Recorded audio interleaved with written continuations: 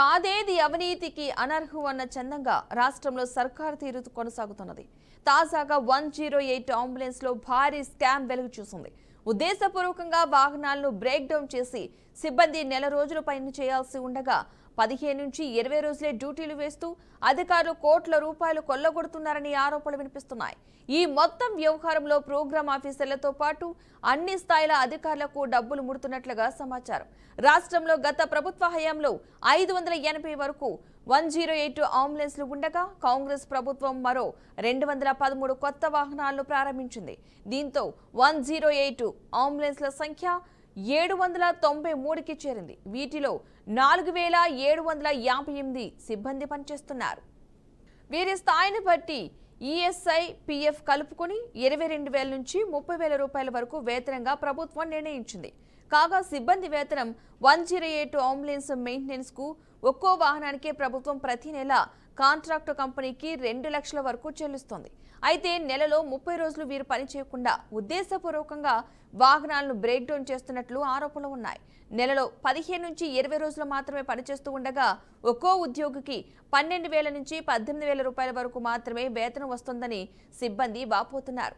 10 రోజుల పాటు తమకు విధులు కేటాయించుకుంటే ఎలా అని అధికారులను ప్రశ్నిస్తే రిలీవర్ ఉన్నారని ఆఫ్ తీసుకోవాల్సిందే అంటూ హుకుం జారీ చేస్తున్నారని సిబ్బంది చెబుతున్నారు.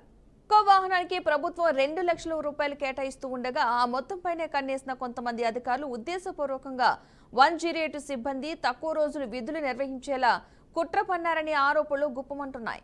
ఒకవైపు వాహనాన్ని బ్రేక్ డౌన్ చేస్తూనే మరోవైపు మెయింటెనెన్స్ డబ్బులపై అధికారులు కన్నేశారు.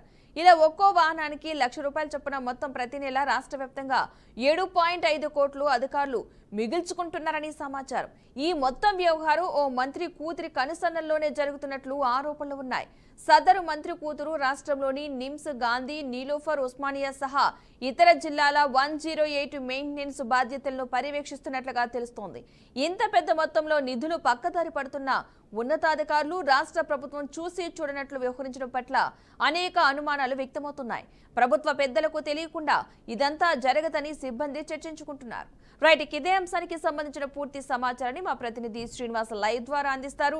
శ్రీనివాస్, చెప్పండి, ఇలా సిబ్బందికి సంబంధించి చాలా ఇబ్బందులు పడుతున్నాము. అధికారులు నెల రోజులు ఇవ్వాల్సిన డ్యూటీ కాస్త 15 రోజులకే పరిమితం చేస్తున్నారు. కానీ మెయింటెనెన్స్ కి ఇచ్చే డబ్బులు మాత్రం వారు తీసుకుంటున్నారని చెప్తున్నారు. దీనికి సంబంధించిన పూర్తి వివరాలు ఏంటి అసలు? Good morning Padma. తెలంగాణలోని 108 అంబులెన్స్ అనగానే పేద ప్రజలకు సర్వీస్ అందిస్తుంది అనేది పెద్ద ఎత్తున చర్చ జరిగిన విషయం.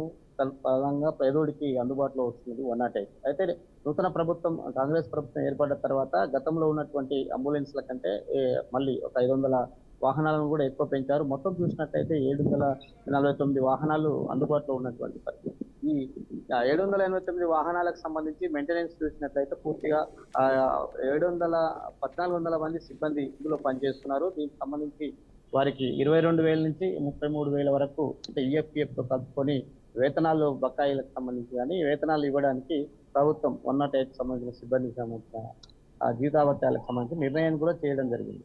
దీనికి సంబంధించి చూసినట్లయితే పూర్తిగా అంటే తెలంగాణ వ్యాప్తంగా ఉన్నటువంటి ఈ సిబ్బందికి రావాల్సిన సాలరీసే కావచ్చు, నెలవారీగా ఉన్నటువంటి మెయింటెనెన్స్ కావచ్చు, 7 నుంచి 8 కోట్ల రూపాయలు ప్రతి నెల స్కామ్ జరుగుతుందనేది కూడా అధికారులు కూడా దీన్ని ధృవీకరిస్తున్నారు. దీనికి సంబంధించి చూసినట్లయితే పూర్తిగా అంటే ఎవరైతే ఈ మెయింటెనెన్స్ చూస్తున్నారో 7.5 కోట్ల రూపాయలు ఎవరి జేబులకు వెళ్ళిపోతున్నాయి, ఇది స్కామ్ చేస్తున్నటువంటి ఎవరు ఉన్నారు. అయితే ఒక ప్రజల్లో ఉన్నటువంటి కానీ 108 సిబ్బందిలో ఉన్నటువంటి ఒక చర్చ జరుగుతుంది.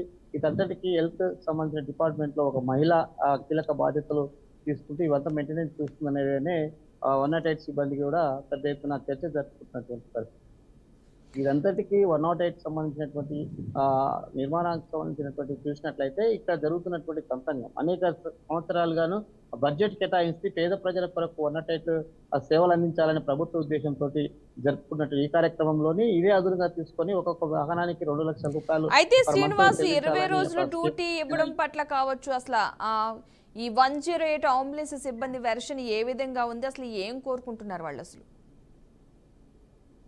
108 లోని సిబ్బందిని షిఫ్ట్ వైజ్ గా చేస్తారు. దీనికి సంబంధించి ఎక్కడైతే వాహనము అంటే వాహనదారులు వెళ్తున్న క్రమంలోని అక్కడ రిస్క్ తీసుకుంటారో వారిని ఖచ్చితంగా డ్యూటీలో ఉంచుతారు. అయితే ఎక్స్ట్రా డ్యూటీ చేయాల్సినటువంటి 108 సిబ్బందిని వాళ్ళు 20 రోజులకు మాత్రమే పరిమితం చేసి మిగతా వాళ్ళు మీరు రెస్ట్ లో ఉండాలి, మిగతా వారు ఆల్రెడీ బిల్డింగ్ లో ఉన్నారని చెప్తూ వారికి అంటే ఆ తప్పుడు ప్రచారాన్ని చేస్తూ వారిని డ్యూటీకి రాకుండా వాళ్ళకి వచ్చే నెల జీతంలోని 25 రోజులకు మాత్రమే వాళ్ళకి శాలరీస్ ఇస్తూ అందులో కూడా కటింగ్ పెట్టి వాళ్ళని ఇబ్బంది పెడుతూ జీతాలు ఇస్తలేరు అనేది కూడా 108 సిబ్బంది చెప్తూ వస్తున్నారు. ఇదంతటికీ ప్రధానంగా దీనికి 108 సంబంధించిన అడ్మినిస్ట్రేషన్ చేస్తున్నటువంటి తెలంగాణ ప్రభుత్వం దీని అన్నిటికీ బడ్జెట్ ఎక్కడి నుంచి వస్తుంది, దీనికి ఏ విధంగా ఒక వెహికల్ కి 2 లక్షల రూపాయలు చెల్లించాల్సి వస్తుంది, కానీ ₹1,00,000 మాత్రమే చెల్లిస్తున్నారు. దీనికి సంబంధించిన మిగతా ఎవరైతే అధికారులు ఉంటారో వారికి ఆ జేబులోకి వెళ్తుందనేదే పెద్ద ఎత్తున ఆరోపణ కూడా మరి జరుగుతుంది. సిబ్బంది విషయాన్ని అధికారుల దృష్టికి ఎవరి తీసుకెళ్లడం జరిగిందా?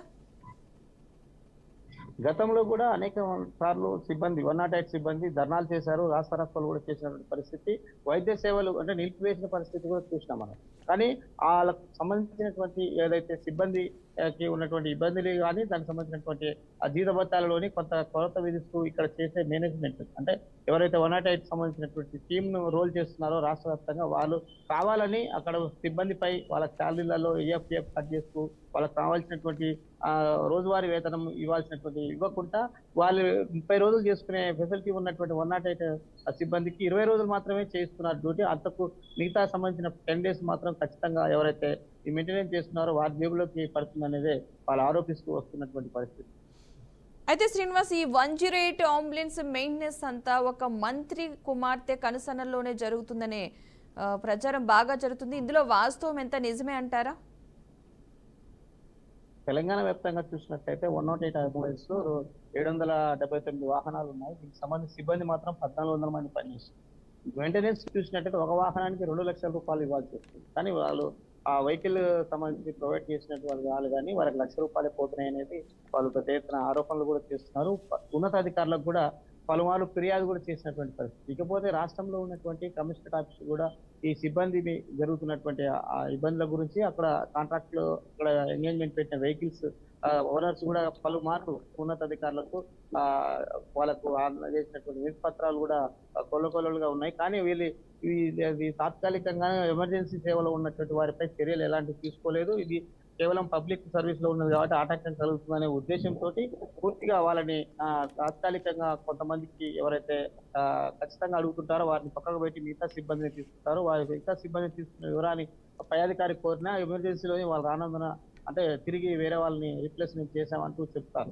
ఇది జరుగుతున్న తత్వంగా మీకు అంతటికి ఇప్పటికైనా వాళ్ళకు సంబంధించినటువంటి 749 వాహనాలకు గాను ప్రతి నెల ఇచ్చేటటువంటి బిల్స్ సంబంధించినటువంటి అంచనా చూసినట్టయితే ₹7,80,00,000 పర్ మంత్ స్కామ్ జరుగుతుంది. దీని అంతటికి ఇప్పటి వరకు నూతన ప్రభుత్వం ఏర్పడిన తర్వాత ఇలాంటి స్కామ్ జరగడం, ప్రభుత్వంలో పనిచేస్తున్నటువంటి 108 సిబ్బంది కానీ అక్కడ ఉన్నటువంటి వారికి 22,000 నుంచి 33,000 అందించాల్సిన శాలరీలో కుదించి వాళ్ళకి ఇవ్వటం ఇదంతా ఇబ్బందికరంగా ఉంది. కానీ 108 సిబ్బంది మాత్రం ప్రజల్లోకి వెళ్తూ అనేక అంటే ఎమర్జెన్సీ సేవలు చేస్తున్న వారికి ఇలాంటి ఇబ్బందికరమైన పరిస్థితులు ఇందులోని ఎవరైతే మెయింటెనెన్స్ చేస్తున్నారో ఓవరాల్ గా తెలంగాణ వ్యాప్తంగా జరుగుతున్నటువంటి ఒక మంత్రి కూతురు ఉందనేది కూడా పెద్ద ఎత్తున చర్చ జరుగుతుంది. వారిపై కఠిన చర్యలు తీసుకోవాలంటూ కూడా అధికారులకు పలుమార్లు అంటే ఆ యూనియన్ 108 సంబంధించిన సిబ్బంది యూనియన్ సభ్యులు కూడా మొరపెట్టుకున్నారు. అయినా కూడా ఒక మంత్రి కూతురు ఉండటంతో కొంత వాళ్ళకి ఇబ్బందికరమైన పరిస్థితి, దీనిపై ఎలాంటి చర్యలు అయితే కొనసాగలేదనేది కూడా అక్కడ ఉన్నటువంటి 108 సిబ్బంది సంబంధించినటువంటి ఆ యూనియన్ వాళ్ళు కూడా మొరపెట్టుకుంటున్నారు. అంటే ఒక మంత్రి కుమార్తె కనుసన్నలో ఇదంతా జరుగుతుంది కాబట్టి మరి ప్రభుత్వం ఏమైనా రెస్పాండ్ అయ్యే అవకాశం ఉందనుకోవచ్చు అంటారా?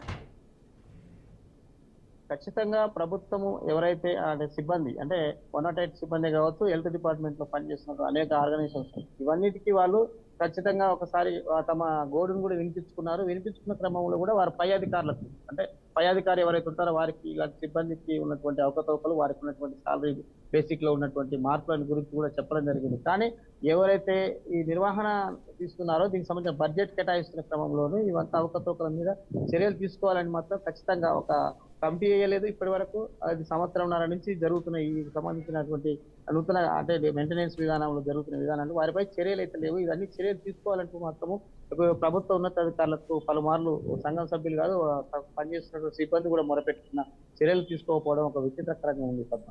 Right, thank you Srinivas.